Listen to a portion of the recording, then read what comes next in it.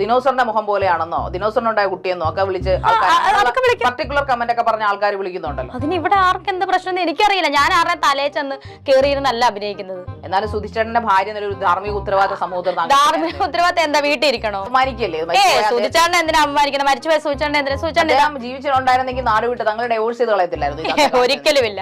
നമ്മുടെ കൊല്ലം സുധിയുടെ ഭാര്യ രേണു സുധിനെ ഞങ്ങൾക്ക് പ്രത്യേകിച്ച് പരിചയപ്പെടുത്തിന്റെ ആവശ്യമില്ലല്ലോ അല്ലെ? ഇല്ലെന്നറിയാം. കാരണം ഇന്ന് കൊല്ലം സുധിയേക്കാളും ഫേമസ് ആയിക്കൊണ്ടിരിക്കുകയാണല്ലോ പുള്ളിക്കാരി. രേണുവിനെ അറിയാത്ത മലയാളികൾ ഇല്ല എന്ന അവസ്ഥയിലേക്ക് കാര്യങ്ങൾ എത്തിയിട്ടുണ്ട്. ഈ ഇൻസ്റ്റാഗ്രാമും യൂട്യൂബും തുറന്നാൽ ആദ്യം വരുന്നത് രേണു അഭിനയിച്ച ഏതെങ്കിലും വീഡിയോ ക്ലിപ്പ് ആയിരിക്കും. ആൽബങ്ങളിലും ഷോർട്ട് ഫിലിമുകളിലും ഒക്കെ ഇങ്ങനെ ഓടി നടന്ന് അഭിനയിക്കാണ് പുള്ളിക്കാരി. മറ്റൊരു ഭാഗത്ത് ഫോട്ടോഷൂട്ടുകളും മുറ പോലെ നടക്കുന്നുണ്ട്. രേണുവിന്റെ വെഡിങ് ഫോട്ടോഷൂട്ടുകളൊക്കെ വലിയ വിവാദമായിരുന്നു. ഫോട്ടോഷൂട്ട് മാത്രമല്ല, ഇപ്പൊ രേണു എന്ത് ചെയ്താലും വിവാദമായി മാറിക്കൊണ്ടിരിക്കുന്ന അവസ്ഥയാണ്. ദാസേട്ടനോടൊപ്പം ചാന്ത് കുടഞ്ഞൊരു സൂര്യൻ മാനത്ത് എന്ന പാട്ടിൽ അഭിനയിച്ചത് തൊട്ടാണ് എല്ലാത്തിനും തുടക്കം. ദാസേട്ടനൊപ്പമുള്ള ചില ഇന്റിമേറ്റ് സീനുകളൊക്കെ വിവാദമായി മാറി. പിന്നീട് കുറച്ച് എക്സ്പോസർ ആയിട്ടുള്ള വസ്ത്രധാരണവും മറ്റുമായി ചില റീലുകളിൽ പ്രത്യക്ഷപ്പെടാൻ തുടങ്ങിയതോടെ രേണു ഇടയ്ക്കിടെ ഏറി കയറാൻ തുടങ്ങി. രേണുവിന്റെ അഭിനയവും വിമർശനങ്ങൾക്ക് വിധേയമായി. അത്ര വലിയ അഭിനയത്തൊന്നുമല്ല രേണു. ഇപ്പൊ ട്രെൻഡിംഗ് ആയി നിൽക്കുന്നതിനെ കൊണ്ട് ഒരുപാട് അവസരങ്ങൾ കിട്ടുന്നെന്ന് മാത്രം. രേണു തനിക്കെതിരെയുള്ള വിവാദങ്ങളും വിമർശനങ്ങളും ഒക്കെ കാണുന്നുണ്ട്. പക്ഷെ അതൊന്നും തന്നെ തളർത്തില്ല എന്ന നിലപാടിലാണ് പുള്ളിക്കാരി. ആളുകൾ പറയുന്നത് പറയട്ടെ, അതൊന്നും തന്നെ ബാധിക്കില്ല എന്ന്. താൻ ഇതുപോലെ ഇനിയും മുന്നോട്ട് പോകുമെന്നാണ് രേണു എപ്പോഴും പറയാറുള്ളത്. എന്തായാലും ഇപ്പൊ രേണുവുമായി ബന്ധപ്പെട്ട് വൈറലായിക്കൊണ്ടിരിക്കുന്നത് മൈൽ സ്റ്റോൺ മേക്കേഴ്സിൽ വന്നൊരു ഇന്റർവ്യൂ ആണ്. രേണുവിനുള്ള അവതാരികയുടെ സമീപനങ്ങളും ചില ചോദ്യങ്ങളുമാണ് ഈ ഇന്റർവ്യൂവിനെ ഇത്ര അധികം വൈറലാക്കി മാറ്റിയത്. ശാരിക എന്ന് പറയുന്ന അവതാരികയാണ് രേണുവിനെ ഇന്റർവ്യൂ ചെയ്യുന്നത്. ശാരിക മുമ്പും ചില വിവാദങ്ങളിൽ പെട്ടിട്ടുള്ള ഒരാളാണ്. ഇന്റർവ്യൂവിൽ എത്തുന്ന അതിഥികളോട് മുൻവിധിയോടെ പെരുമാറുന്നത് ഇവരുടെ സ്ഥിരം പരിപാടിയാണ്. ഒരു വൃത്തികെട്ട ആറ്റിറ്റ്യൂഡും ഇട്ടുകൊണ്ടാണ് ഇവർ എപ്പോഴും ഇന്റർവ്യൂ ഹോസ്റ്റ് ചെയ്യാറുള്ളത്. അപ്പൊ രേണുവും ശാരികയും രണ്ട് വിവാദ നായികമാർ ഒന്നിച്ച ഇന്റർവ്യൂവിന്റെ ചില ഭാഗങ്ങൾ നമുക്കൊന്ന് കണ്ടുനോക്കാം.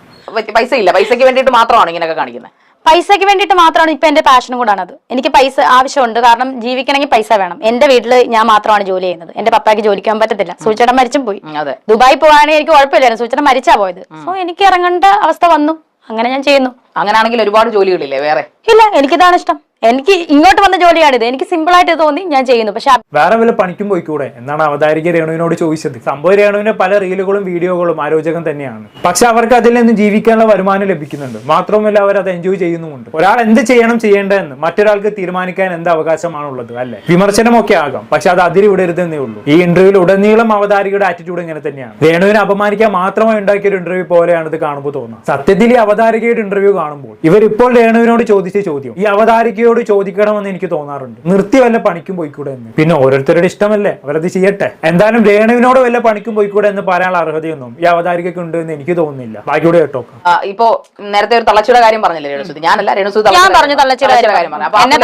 അവരെ 100 പ്രാവശ്യം ഞാൻ അങ്ങനെ. ആ തള്ളച്ചി പറയുന്നത് ഒരു 400 രൂപ മുടക്കി നമ്മളൊരു ഫോൺ റീചാർജ് ചെയ്ത് നമ്മൾ ഫോണിലേക്ക് നോക്കിയിരിക്കും ആദ്യം കയറി വരുന്നത് രേണുസുതി.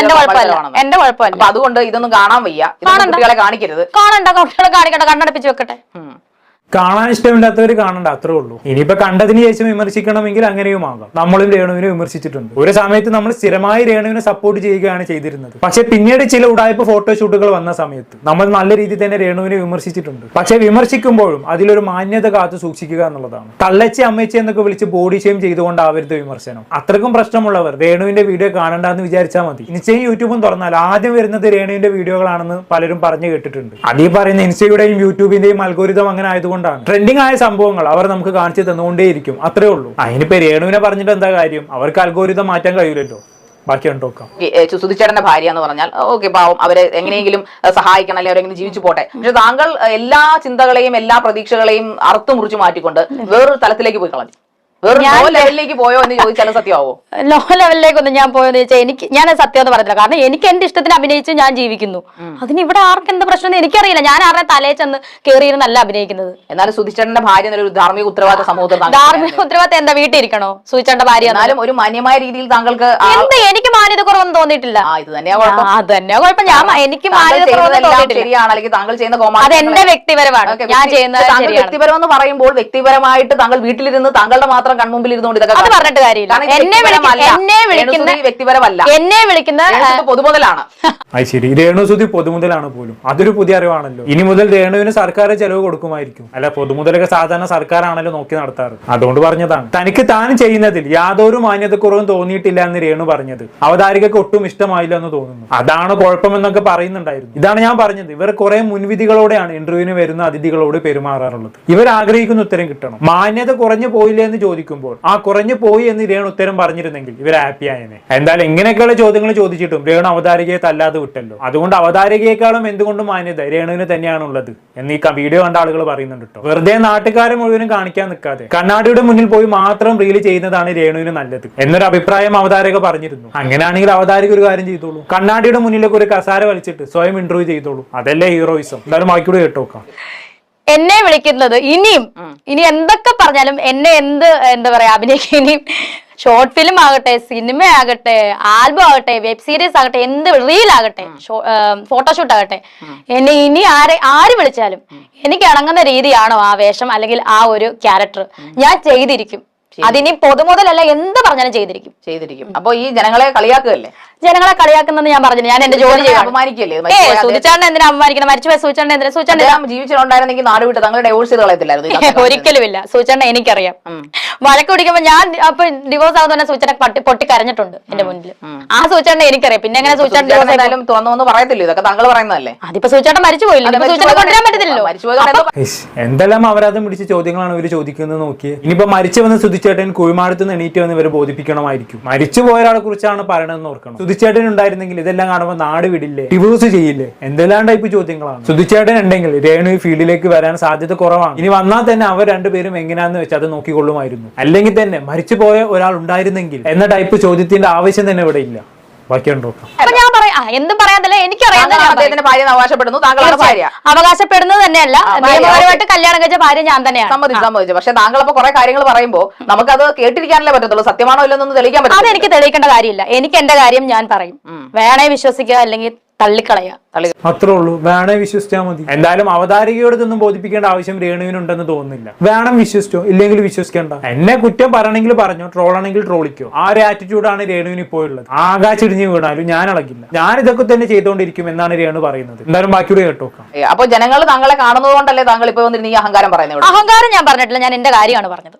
ജനങ്ങൾ കാണുമോ കാണാതിരിക്കും, അതാ പറയുന്നത്. കുറച്ച് പ്രശസ്തയായപ്പോ ഇച്ചിരി തലക്കനം കൂടിയിട്ടില്ല? ഒരിക്കലും. ശരിക്കും തലക്കനം ആർക്കാണെന്നുള്ളത് ഈ ഇന്റർവ്യൂ കണ്ടപ്പോൾ എല്ലാവർക്കും മനസ്സിലായി. എന്തായാലും ഈ ഇന്റർവ്യൂ കണ്ട ഒരാളും രേണുവിന് അഹങ്കാരവും തലക്കനവും ഉണ്ട് എന്ന് പറയുമെന്ന് എനിക്ക് തോന്നുന്നില്ല. പക്ഷെ എന്തോ വലിയ സംഭവമാണെന്ന് സ്വയം വിചാരിച്ചു വെച്ചിരിക്കുന്ന അവതാരികയെ കാണുമ്പോൾ ആൾക്കാർ എങ്ങനെ പറഞ്ഞാൽ അവരെ കുറ്റം പറയാൻ പറ്റില്ല. എന്തായാലും ബാക്കിയൂടെ ഉണ്ടോക്കാം. എനിക്ക് ഒരു തലക്കനവും ഇല്ല.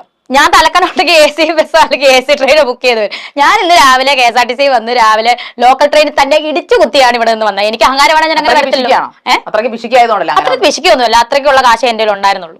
അപ്പൊ കുറെ റീൽസും കാര്യങ്ങളൊക്കെ ചെയ്യുന്നുണ്ടല്ലോ, പിന്നെ അതൊന്നും പൈസ കിട്ടുന്നില്ലേ? പൈസ കിട്ടുന്നത് ചുമ്മാ വെച്ചോണ്ടിരിക്കല്ലോ. വീട്ടിൽ ഒരുപാട് ആവശ്യങ്ങളുണ്ട്. ഒരു 5 എന്തൊക്കെയോ ഒരു സത്യമില്ലായ്മ മണക്കുന്നുണ്ട്. എനിക്കറിയില്ല, കാരണം അദ്ദേഹം നിങ്ങളുടെ മനസ്സിന്റെ തോന്നലാകാം. എന്റെ മനസ്സിൽ തോന്നലല്ല. അപ്പൊ ഈ അഭിനയം ഇതിലേക്ക് വരുമ്പോ താങ്കൾ ചിന്തിക്കുന്നത് താങ്കൾ വലിയൊരു നടിയാണ്, അല്ലെങ്കിൽ ശോഭനയാണെന്ന ലെവലിലേക്കാണ്? ഒരിക്കലുമില്ല, ഞാൻ അങ്ങനൊന്നും ചിന്തിച്ചിട്ടില്ല. ഞാൻ വെറും സാധാരണ ഒരുത്തി മാത്രമാണെന്ന് ചിന്തിച്ചാണ് ഞാൻ ഒരു ശോഭനയും. പക്ഷെ താങ്കൾ അതിനകത്ത് കാണിക്കുന്ന അഭിനയം കണ്ടിട്ടാണ് ആ ആൽബം, താങ്കളുടെ അഭിനയ മികവ് കൊണ്ടല്ല, താങ്കളുടെ അഭിനയ ദാരിദ്ര്യം കൊണ്ടാണ് അത് ഹിറ്റെന്ന് ഞാൻ പറഞ്ഞാൽ ആവാം. അത് നിങ്ങളുടെ മനസ്സിന്റെ തോന്നല്. നിങ്ങൾ സമ്മതിക്കും? എന്ത് സമ്മതിക്കാതിരുന്നിട്ടില്ല, എല്ലാം സമ്മതിക്കും. അപ്പൊ സമൂഹത്തിന് ഒരു ബാധ്യതയായി മാറുമോ? സമൂഹത്തിന് ബാധ്യതയായി മാറുമെന്ന് ഞാനല്ലോ തീരുമാനിക്കും, സമൂഹമല്ലേ തീരുമാനിക്കേണ്ടത്. കുട്ടികളെയൊക്കെ താങ്കൾ വെബ് സീരീസ് ഒക്കെ കാണിക്കാൻ പറ്റൂ? തീർച്ചയായിട്ടും കാണിക്കാമല്ലോ. ഇത്രയും നാളുള്ളത് കാണിക്കും. നാളെ എന്നായി തരുമെന്ന് എനിക്കറിയില്ല. അല്ല, ഇപ്പൊ ഈ നമ്മളൊരു അഭിനയത്തിന്റെ ബാലപാഠമൊക്കെ ആൾക്കാരെ പഠിപ്പിക്കുമ്പോൾ അല്ലെങ്കിൽ കാണുമ്പോൾ കുഞ്ഞുങ്ങൾ ഇവളെ പോലെ നടിയാവണോ എന്നൊക്കെ കാണിച്ചു കൊടുക്കാൻ പറ്റുന്ന ഒരു അതൊന്നും എനിക്കറിയത്തില്ല. അതൊക്കെ ഓരോരുത്തരുടെ ഇഷ്ടം. എന്നെ പോലെ നടിയാവണം, എന്നെക്കാട്ടിലും വേറെ നടിയാവണോ എന്നൊക്കെ അത് ഓരോരുത്തരുടെ ഇഷ്ടം. അത് നമ്മുടെ എന്റെ ഇതേ അല്ലത്. സിനിമാ നടി ഒരു ഇപ്പം പൃഥ്വിരാജിനെയൊക്കെ നായികയായി മാറുമെന്ന് താങ്കൾ പ്രതീക്ഷിക്കുന്നു? ഒരു പ്രതീക്ഷയില്ല. ഒരു പ്രതീക്ഷയില്ല. ആറാട്ടന്റെ നായികയാവുമായിരിക്കും അല്ലേ? അറിയത്തില്ല, അത് വിളിച്ചാൽ ചിലപ്പോൾ ആകുമായിരിക്കും. ഓക്കെ. ഇങ്ങനെ ഒരു താങ്കളുടെ ഒരു പ്രൊഫഷനിലേക്ക് കയറിയപ്പോ ബന്ധുക്കളൊക്കെ എന്ത് പറയുന്നു? ഒന്നും പറയുന്നില്ല. അവര് ഭയങ്കര സപ്പോർട്ട്. അല്ല, ഒന്നും കുറ്റം പറയുന്നില്ല. അവര് ഫുൾ സപ്പോർട്ട്, എല്ലാ ബന്ധുക്കളും. ഭയങ്കര സപ്പോർട്ട്, കസിൻസ് എല്ലാം. ശരി. ഭയങ്കര ഇതൊക്കെ ഒരു നുണയല്ലേ രേണു? ഒരിക്കലും അല്ല. ഞാൻ എന്തിനാ നുണ പറയുന്നത് ഇവിടെ ഇരുന്നുകൊണ്ട്? ഇത്രയൊക്കെ എന്ത് കാണിച്ചു കൂട്ടിയിട്ട് ഇത്രയൊക്കെ എന്താണ് ഞാൻ കാണിച്ചു കൂട്ടി? അഭിനയിക്കുന്നോ? എന്റെ ഇഷ്ടമാണ് ഞാൻ അഭിനയം ഒന്ന് പറയാമോ?